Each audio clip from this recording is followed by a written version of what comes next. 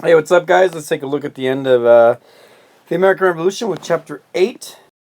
So, one of the things that we need to make sure that we address, right, that was addressed in the other chapter, is that after the battles of Lexington and Concord, the Second Continental Congress met. And so they met a month after the battles of Lexington and Concord, and they had to address like what had just happened. So the First Continental Congress, which had met in 1774, again they had discussed the idea of militias and the idea of stockpiling weapons and just preparation for anything that might happen.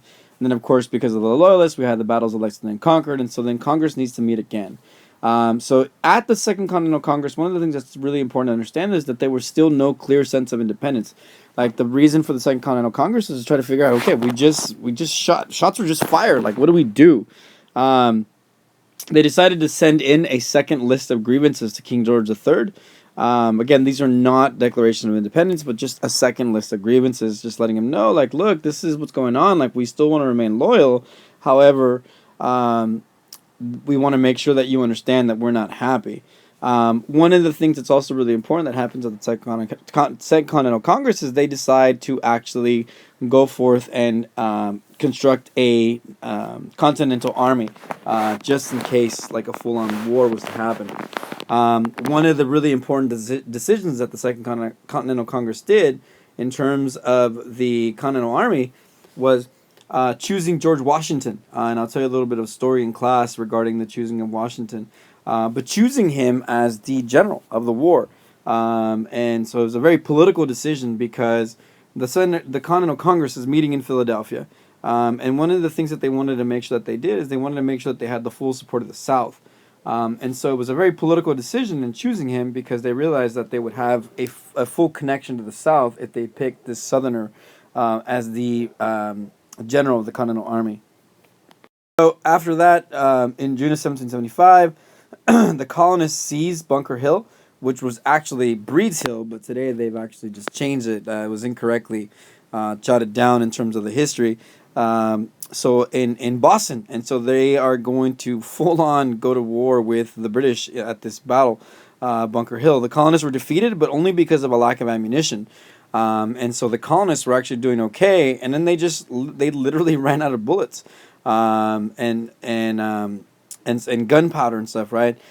This is why eventually, right, the seizing of the French support is going to be really important.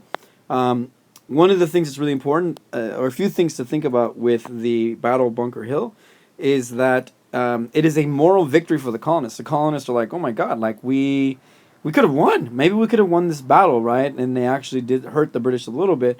But another thing that's really important is for King George III, after the Battle of Bunker Hill, there's no turning back. The colonies are in full rebellion, and so there is no more negotiations for King George III. So this is a painting of the Battle of Bunker Hill.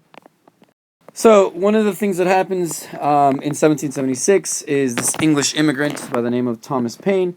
He publishes a pamphlet that is called Common Sense. And essentially what he writes in Common Sense is, look, it should be pretty obvious to both England and the colonies that this relationship is not working, right? The colonists should realize that they are getting abused. And so in the same way, so think about this, right? And I'm going to only, explain it from the standpoint of the male that I am.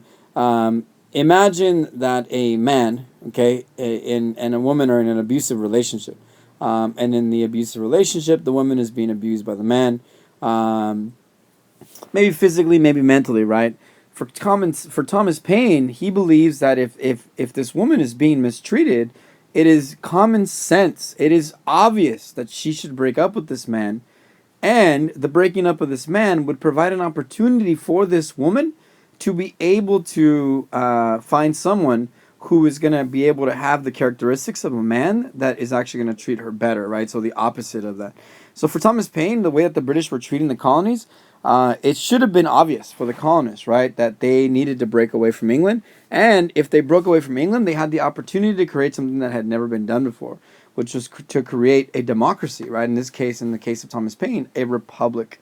And why he believed that would be important is because he felt that because of the way that the colonists were being treated, they would ensure that this republic would actually work because it would actually have the consent of the people. Now, as a result of all this, people reading it, people getting excited, in June of 1776, Richard Henry Lee of Virginia, he will actually call for a complete independence, first person to do so. Congress decided to appoint a three-man committee to draft a Declaration of Independence: Thomas Jefferson, John Adams, and Ben Franklin. So the Declaration was drafted, and so it drew upon the writings of the European Enlightenment. It is a list of grievances against King George III. It also addresses the natural rights of man, right? And so one of the things that we'll take a look at is the difference in terms of the things that are mentioned in there, because we will take a look at it together. Congress eventually approved the draft on July 2nd, 1776, but the copy was sent to the printers on July 4th, and that's why we celebrate on July 4th. So one of the things to understand, right, is the Revolutionary War was a war within a war. It was very much a minority movement, right? Loyalists were nicknamed Tories because of they shared loyalty to the king, as did the Tories in Parliament. The war divided families, right? William Franklin, the son of Benjamin Franklin, was actually a loyalist, and he was actually put in jail, and Ben Franklin would not help him out. Many of the Southerners were loyalists, right? They were very loyal to the king and very loyal Anglicans. The Patriots were notorious for confiscating loyalist property, over 50,000 of them.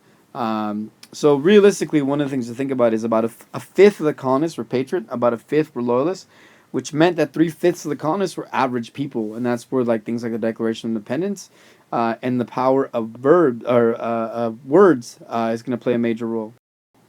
Then, in 1777, the British hoped to cut off northern colonies with the capture of New York.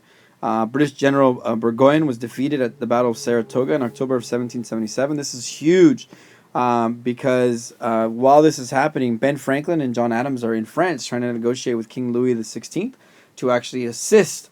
And at the end of the Battle of Saratoga, England was actually ready to give the colonies home rule. So they would remain colonies, and they would be offered home rule. Ben Franklin told King Louis, right, like, look, if you do not negotiate, we are going to stay colonies, and you're going to miss your opportunity to get back at the English for the French and Indian War.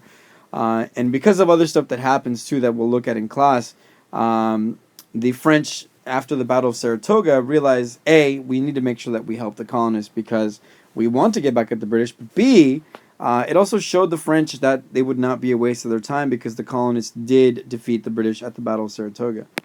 So again, British offered Americans home rule. Too little, too late. King Louis XVI signed an alliance with the United States, right? So the model treaty as it becomes. So then eventually the British are going to try to capture the South and cut off at a place called, essentially right by the Chesapeake, at a place called Yorktown. So British General Cornwallis had retreated into Chesapeake Bay, assuming the British Navy would save him, but that didn't happen. He ended up being trapped by Washington's army and the French Navy by Admiral de Grasse. And so in 1781, the Battle of Yorktown is the last major battle of the war. But King George III was not willing to give in, and so for the next year and a half, he continued the fight. Here's a very famous painting. We'll talk a little bit about it in class, but it's a famous painting of the surrender, the Battle of Yorktown. And then, of course, the peace treaty is signed in 1783. Ben Franklin, John Adams, John Jay met in Paris for peace deal. The British recognized U.S. independence. Also, the Mississippi boundary was created. And one of the things they agreed that there would be no persecution of loyalists. This is a very famous painting that was done of the Paris Peace Treaty. And the American artist, decided not to paint the British people that are in there. And so again, we'll talk a little bit more in detail about some of their stuff, but I wanted to make sure that you guys understood some of these things.